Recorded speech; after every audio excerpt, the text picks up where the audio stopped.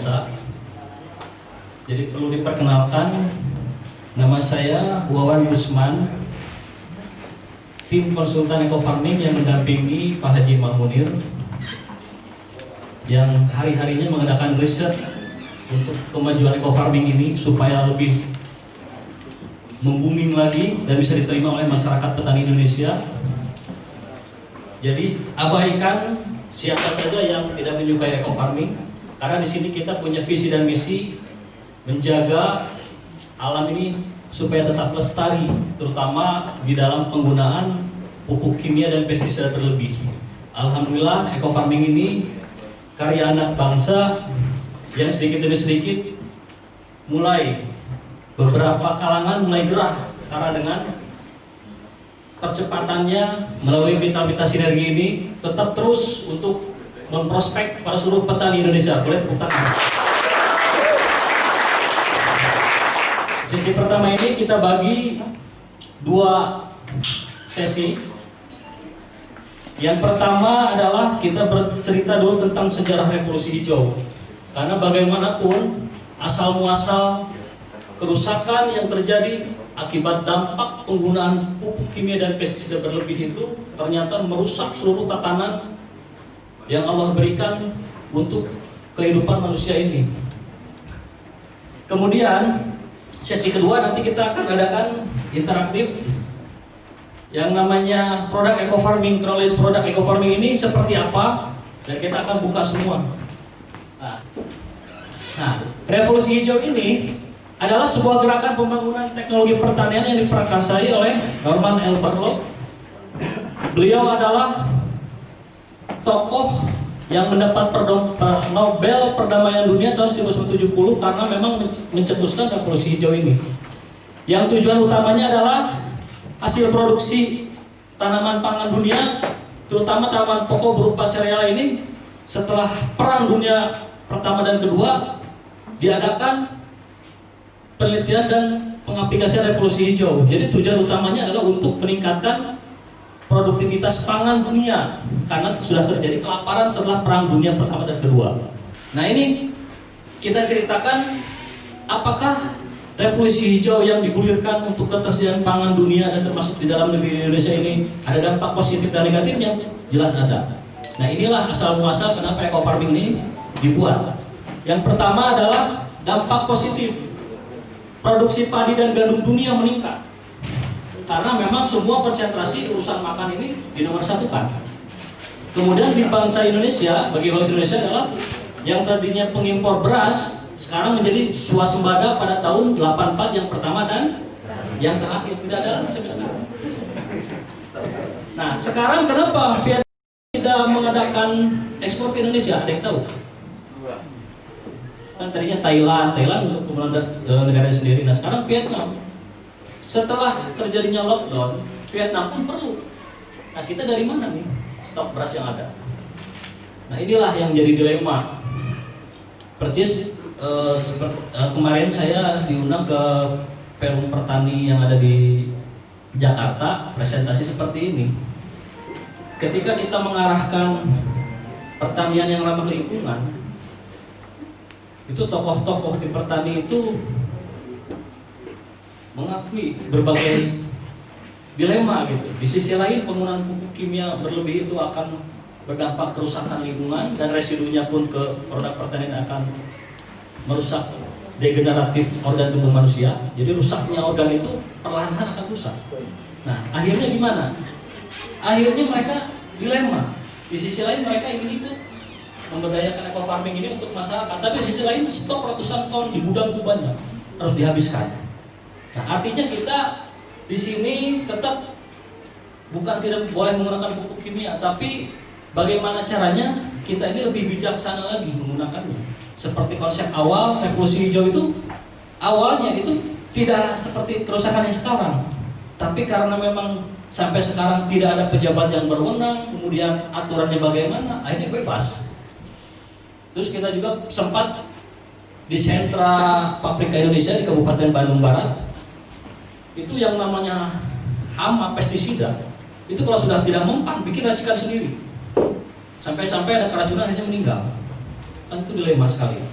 Nah kemudian kembali lagi ke sini, dampak negatif yang paling utama dari revolusi hijau adalah penurunan produksi protein. Kenapa coba? Ada yang tahu? Kenapa produksi protein berupa hewani turun? Karena semuanya konsen di penyediaan karbohidrat.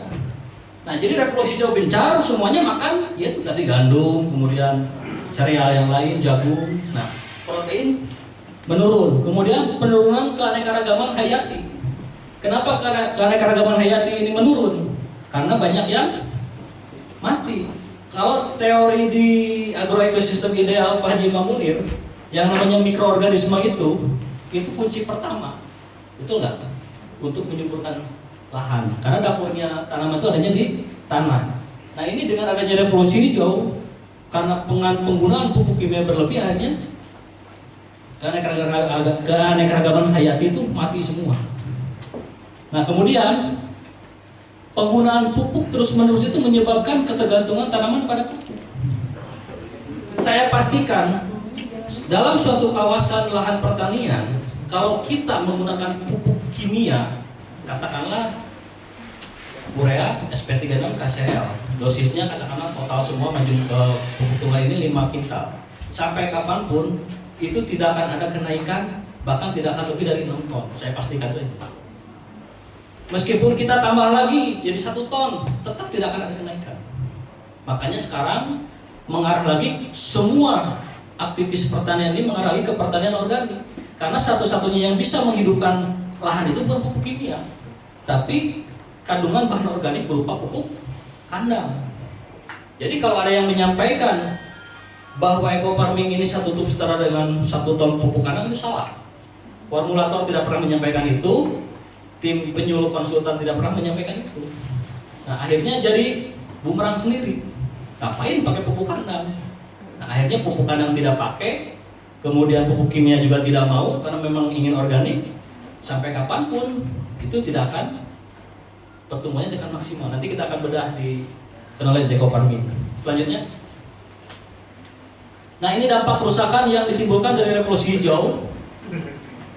Memang pernah mengantarkan Indonesia menuju swasembada beras pada tahun 84, pertama dan terakhir. Namun berakibat kerusakan. Yang paling fatal adalah berbagai organisme penyubur tanah itu musnah. Jadi tidak ada lagi yang namanya cacing di sawah. Jadi pada tahun 70-an, ini cerita orang tua kita yang petani dulu, ketika ada bantuan yang disebut pupuk kimia, itu mereka semua menolak karena selama ini sudah nyaman dengan penggunaan pupuk kandang. Nah makanya nanti dari mana pupuk kandang ini? Nah nanti kita ceritakan bagaimana konsep pertanian terpadu ini harus ada. Terus bagaimana sumber pendapatannya dengan konsep pertanian terpadu? Karena memang saya lulusan dari pertanian terpadu, jadi kalau perlu diceritakan, ada nggak sarjana pertanian terpadu? Nggak ada. Nah itu saya doang yang alhamdulillah yang sampai sekarang konsisten. Inilah dampak. Jadi kalau bercerita tentang siapa sih yang diuntungkan revolusi hijau ini? Pertama para kapitalis, produsen. Ini. Saya tobatnya di mazhab kimia itu baru tahun kemana setelah kenal eco farming. Ternyata dampaknya luar biasa. Nanam cabai, kalau cengek katakan bahasa Sunda, itu supaya tidak lepas itu harus pakai itu. Yang nomor 2. Nah, terus kemudian ada yang tahu salah satu produk ketika dipakai sekarang tahun 2000 dengan sekarang itu beda, ada yang pernah merasakan nggak? Produk apa? Ini pestisida. Hah? Oh. Saya ceritakan aja karena memang live ya. Regen contoh. Ada yang kenal ya? Regen tahun 2000-an itu ketika diaplikasikan ke tanaman, itu yang namanya sundap, penggerek batang itu semua mati semua. Dosis 2%, 2 mili per 1 liter per 1000 mili. Nah, tapi dampaknya sekarang beli regen itu nggak ngaruh. Kenapa? Karena tadi muncul strain baru hama yang lebih resisten. Jadi saya sampaikan di sini, penggunaan pestisida berlebih, pupuk kimia itu bukan untuk memperbaiki atau meningkatkan hasil. Nah, disinilah eco farming ini menjadi salah satu solusi. Kita tidak pernah menyalahkan harus tidak menggunakan pupuk kimia. Makanya di situ kan ada di brosur cukup 25% saja dari biasanya. Artinya apa? Tetap kita ingin menekan bisa 100% tanpa pupuk kimia, tapi syaratnya nanti ada. Pupuk kandang harus masuk full. Nah, nanti diceritakan. Nah, ini matinya organisme penyubur tanah ini karena aktivitas ini. Coba lihat saja. Selanjutnya. Nah, ini.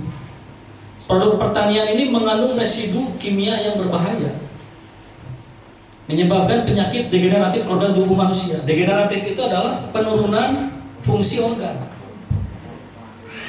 Ada yang tahu di sini kenapa orang diabetes tidak boleh banyak makan beras? Ada yang tahu? Pasti ngarahnya ke sana, karena beras itu mengandung gula. Dan itu tidak boleh banyak. Kenapa dulu diabetes nggak ada makan beras? Sekarang ada. Nah, perlu saya sampaikan, dampak dari nitrogen sintetis dari urea itu masuk ke dalam bulir padi.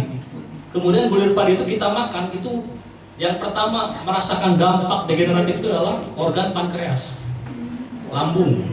Di tengah-tengah lambung itu ada pankreas, kelenjar yang menghasilkan insulin untuk merubah glukosa menjadi glukagon atau ATP. Adenosin trifosfat itu menjadi energi. Nah, ketika kelenjar pankreas ini tidak berfungsi, akhirnya gula itu numpuk. Makanan-makanan yang mengandung gula itu numpuk. Nah, salah satunya juga perusak organ itu adalah pemanis buatan. Hati-hati. Beberapa, ya alhamdulillah saya mungkin diamankan oleh Allah untuk bantu nolong orang juga untuk pengobatan di luar jalur medis, tapi keilmuannya sama juga. Nah, ternyata pemanis buatan aspartam dan lain-lain itu merusak yang namanya organ pankreas. Nah, ini kemudian tadi yang disebut gula, urea, nitrogen sintetis yang kontak dengan pankreas, itulah yang menyebabkan rusaknya organ pankreas. Nah, maka kenapa kata dokter pasien diabetes itu tidak boleh banyak makan beras? Ternyata bukan itu, ini yang jadi masalah. Semua saya ketika diundang ke Pertani kemarin, udah saya baca profil itu minimal S2 dan ada S3 juga. Tapi ketika berhadapan dengan ini, katakanlah saya anak SMA lah, semua mengakui karena yang dijual itu pestisida. Jadi gerai pertama di Indonesia seperti waralaba yang lain ya, ketika kita masuk itu ya suaranya yang sendiri, pestisida, pupuknya sendiri, nah itu dari Pertani. Tapi mereka pun beliau yang ada di sana juga semua menyadari dampak kerusakan ini itu sangat luar biasa. Nah, kemudian ketika sudah seperti ini, siapa yang bertanggung jawab? Ini tahu kenapa? Meninggal. Karena apa? Karena dia sendiri. Jadi aplikasi pestisida, kemudian angin berbalik dan terdiri, dosisnya ingin di atas rata-rata. Nah, sampai sekarang tidak ada yang namanya pejabat yang berwenang bertanggung jawab seperti ini. Ini kan percuma nih. Ngapain ini gini-gini? Identifikasi di foto, setelah itu nggak ada lagi. Makanya sekarang kita ini ditugaskan, mungkin karena panggilan jiwa masing-masing sendiri, dengan mengenal eco farming ini. Mudah-mudahan yang tadi penggunaan pupuk kimia, pestisida berlebih ini bisa ditekan. Bahkan kalau bisa sama sekali tidak pakai, pasti ada yang gerah, nggak laku. Nah, tapi bagaimanapun ini adalah bumi ini diwariskan untuk orang-orang yang beriman. Jadi petani itu adalah pahlawan negara. Kalau kata Bung Karno apa nih? Penyangga tatanan negara. Petani. Tapi pemahaman farmer di New Zealand atau negara-negara maju, siapa yang disebut petani itu adalah sudah merangkap peternakan, perikanan, perkebunan, bahkan untuk pertanian sendiri. Makanya di Indonesia ini kelemahannya pertanian itu masih berupa better farming. Jadi masih cekcok urusan pertanian yang baik itu seperti apa. Nah, kita dengan tim juga, kita berpikir sekarang bagaimana caranya proses growing itu pertanian yang orientasinya 1 meter persegi itu bisa masuk berapa ratusan dolar. Jadi beda kan? Nah itu negara maju. Nah gitu sudah kita aplikasikan itu. Makanya di Indonesia ini masih cekcok urusan pertanian yang terbaik itu bagaimana. Contoh misalkan kandungan NPK pada eco farming ini kan di bawah 5%, betul nggak? Kalau diaplikasikan ke tanaman, itu sampai kapanpun tetap tidak akan berkembang cepat. Karena apa? Karena sudah aturan dari Kementan. Salah satu izin edar supaya ini diterima masyarakat Indonesia berupa pupuk briket ini, itu tidak boleh yang namanya lebih dari 5%. Makanya para haters menyerang ini dari mana ini kebutuhannya? Sedangkan urea 46%. Tanaman padi umur 5-7 hari setelah tanam diaplikasikan pupuk urea, itu anakan langsung banyak, warna jadi semakin hijau. Eco farming kok lambat? Ada yang pernah ngalamin kuning? Ya. Nah, ya. Nanti bisa dibedah. Jadi tadi berbicara tentang konsep ilahiyah, bumi ini diwariskan untuk orang-orang yang soleh dan beriman. Setuju ya? Nah, dengan tidak menggunakan pestisida kimia dan pupuk kimia berlebih, tetap kita menggunakan tapi secara bijaksana. Nah, akhirnya sekarang kita ke produk berlesnya. Lanjut.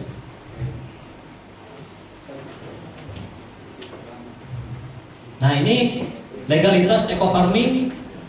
Jadi pada tanggal 20 Januari 2020 perizinan SK Kementan ini sudah keluar. Nah, kemudian SK Kementan ini adalah salah satu syarat untuk kita mempromosikan produk eco farming ini di atas legalitas yang sah secara hukum. Nah, kemudian nama perusahaannya PT Bandung Inovasi Organik, kemudian nomor pendaftarannya, jenis pupuknya adalah organic briquette. Kemudian satu-satunya distributor tunggal untuk eco farming ini New Formula adalah PT Bandung Eco Synergy Teknologi. Jadi tidak ada lagi yang. Nah, kemudian nanti kita ceritakan nih ada produk abal-abal yang itu bisa diceritakan nanti semua di situ. Nah, kemudian kebutuhan shea organiknya tinggi 51,06% karbon organiknya. Dalam 30 gram tub itu 51,06% karbon organiknya. Per N rasionya itu 15,24. N totalnya 3,35. Itu hampir setara dengan urin kelinci. Kecil ya? Kecil nggak? Kecil kalau dibandingkan urea. Tapi ternyata hitung-hitungan di alam itu tidak seperti itu. Makanya banyak pertanyaan, ini dari mana nih kebutuhannya? Karena patokannya urea. Dulu saja petani orang tua kita tidak ada persentase nitrogen harus sekian, kan ureanya belum ada. Nah, disinilah faktor alam bekerja. Sumber dari bakteri penambat nitrogen di udara itu namanya Nitrobacter species. Itu bisa ngambil nitrogen di udara berupa unsur, bisa dijadikan senyawa. Itu luar biasa kinerjanya, tidak kelihatan. Tapi syaratnya apa? Tadi ada kotoran ternak. Nah, kemudian P2O5-nya berupa fosfornya itu 4,84%. Apa bedanya dengan kotoran cacing? Sama. Cuma di sini sudah siap aplikasi. Kemudian K2O-nya, KCl-nya itu 1,47%. Nah, kemudian di sini ada lagi pH-nya, pH netral 7,05%. Jadi perlu diketahui pH itu adalah derajat keasaman atau disebut potensial hidrogen. Itu nilainya 0 sampai 14. Nah, tanaman yang dibudidayakan oleh manusia itu komunitas pertanian itu di pH netral 6,7 sampai 7. Makanya nanti banyak pertanyaan bagaimana kalau lahan gambut yang bersifat asam, fungsi eco farming seperti apa, nanti bisa diceritakan. Nah, bercerita tentang agroekosistem ideal, tanah dan lahan memiliki sifat fisik, struktur, dan tekstur. Sifat kimia, kapasitas tukar kation, kemudian sifat biologi, yaitu tadi mengandung agen hayati apa, bakteri positif apa, kemudian sifat fisiknya itu berupa tekstur. Jadi tanah itu dilihat. Jadi kita jangan spekulasi nih, karena kita terlalu semangat tanpa dasar ilmu pertanian, akhirnya main hantam saja. Ada petani bertanya, ini eco farming bisa nggak ngatasi pilek? Oh bisa Pak, karena urusan bisnis. Itu salah, jangan dilanjutkan. Karena saya uji pun, karena memang bukan pestisida, nggak bakal mati.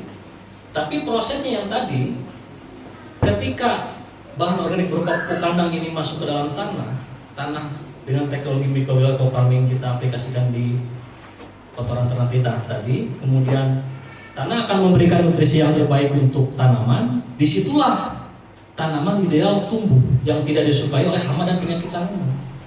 Jadi ada alurnya. Kok saya nyemprot tetap aja pakai kena ulat. Makanya kita punya tim riset di Solo. Teman kita juga sama praktisi pertanian terpadu. Jadi ngurus ternak sapi itu yang dicari bukan dagingnya, itu bonus nomor berapa, tapi kotoran ternaknya. Kotoran ternak kita tampung, kita mekanisasi. Bagaimana caranya lahan padat dengan cair itu dipisahkan, masuk ke dalam hamparan sawah 1 hektar. Itu murni 100% tanpa pupuk kimia dan aplikasi untuk anti tikusnya pakai biourin. Itu luar biasa, tidak disukai hama, tidak ada yang namanya kepik-kepik itu. Jadi ada mekanismenya supaya tanaman ini tidak disukai oleh hama dan penyakit tanaman. Nah makanya kembali lagi ke sini, jika agroekosistem ideal berupa tanah atau lahan, ada sifat fisiknya, sifat biologinya, sifat kimianya, kapasitas tukar kation. Nah kemudian disebutlah nanti ada restorasi kesuburan tanah. Jadi tanah ini akan kembali subur. Nah kemudian tanaman membutuhkan nutrisi lengkap berupa 13 unsur hara terdiri dari hara makro. Ini harus dihafal ini. Hara makro itu adalah hara yang dibutuhkan tanaman dalam jumlah besar. Nitrogen, terus fosfor, terus kalium. Nah, nitrogen, fosfor, dan kalium, kalau kita ingin sama sekali tidak menggunakan pupuk kimia, itu banyak sumbernya. Contoh misalkan keong emas racun, itu mengandung asam amino tinggi. Kalau asam amino tinggi berarti identik dengan protein. Protein identik dengan nitrogen. Nah itu sumber nitrogen terbaik untuk. Jadi kalau misalkan ada banyak yang bertanya, ini keong emas gimana nih? Nah itu tinggal manual saja dia pungutin, kemudian nanti difermentasi untuk mengganti kebutuhan nitrogen dari urea yang ada. Itu sumber nitrogen terbaik. Belum lagi urin yang terbaik urin kelinci. Itu kandungannya 1,5 sampai 2,7 nitrogennya itu. Jadi kita jangan terpaku karena urea 46%, kita nyamainnya gimana ya? Tidak, karena alam itu lebih bijaksana lagi. Makanya kan ada laporan mitra di daerah mengaplikasikannya sederhana saja, hasilnya luar biasa. Nah itu. Jadi matematika alam itu tidak seperti hitungan manusia. Yang penting kita sediakan dulu bahan organik berupa pupuk kandangnya, kemudian di situ nanti ada proses teknologi microbial eco farming, kemudian hasil dari dekomposisi itu akan diserap oleh nutrisi tanaman. Nah disitulah terjadi bahwa tanaman tidak disukai oleh hama dan penyakit tanaman. Nah ini harus dipegang. Nah kemudian hara makro primer NP dan K ini, kemudian makro sekundernya sulfur, kalsium dan magnesium. Ini hara yang terbanyak. Kalau nasi padang ini, kalau NPK-nya itu nasinya, kalau sulfur, kalsium, magnesium adalah rendang dengan daun singkongnya. Pokoknya yang masih gede-gede yang kedua lah, sekunder. Nah, kemudian mikro, klor, mangan, terus ferum atau FMC, terus cuprum atau tembaga, terus zianan atau seng, kemudian boron, kemudian molybdenum. Nah ini 13 unsur hara yang dibutuhkan oleh tanaman itu, alhamdulillah pengakuan dari formulator sudah ada semua. Jacob Parman. Bukan. Kemudian 3 unsur hara lagi ada di udara. Itu Allah sediakan secara gratis untuk kebutuhan tanaman. Salah satunya, saya tahu, yang gas di udara, hidrogen, oksigen, terus karbon, oksigen, dan hidrogen. Nah kemudian jika ekosistem ideal ini sudah terpenuhi, tanaman pun akan hidup secara optimal. Nah ini perlu kasih sayang juga. Tidak bisa kita katakanlah merawat ala kadarnya pengen hasil yang optimal. Nah, makanya di sini kebutuhan unsur hara tanaman. Nah kita berbicara lagi mungkin seperti tadi aja kan masih pada bingung kan? Apa betul Rasulullah itu bertani? Itu banyak ayat ternyata. Nah sekarang ada lagi kebutuhan unsur hara tanaman. Walaqad khalaqnal insana min sulalatin min tin. Ada yang tahu nggak bagaimana proses penciptaan manusia itu? Dari unsur apa? Hah? Manusia tercipta dari apa? Bukan dari tanah, tapi dari saripati tanah. Contoh, ini tanaman padi. Tanaman padi ini bisa hidup nggak kalau 4 unsur yang Allah sediakan itu tidak terpenuhi satu saja?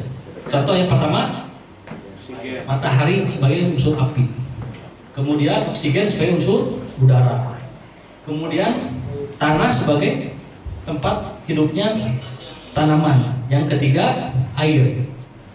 Nah, jadi kalau ada pertanyaan manusia itu tercipta dari bukan dari tanah, tapi dari saripati tanah, yang dari sini 13 unsur ini diserap oleh tanaman, kemudian menjadi bulir tadi. Tapi bulirnya tidak mengandung apa tadi? Nitrogen sintetis karena dari diabetes tadi. Nah, diserap oleh tanaman. Nah, bulir ini yang kita makan nanti ini mengandung saripati tanah. Bagi laki-laki menjadi spermatozoid, kemudian yang perempuan menjadi sel telur. Nah, ini proses penciptaan manusia itu dari sini awalnya.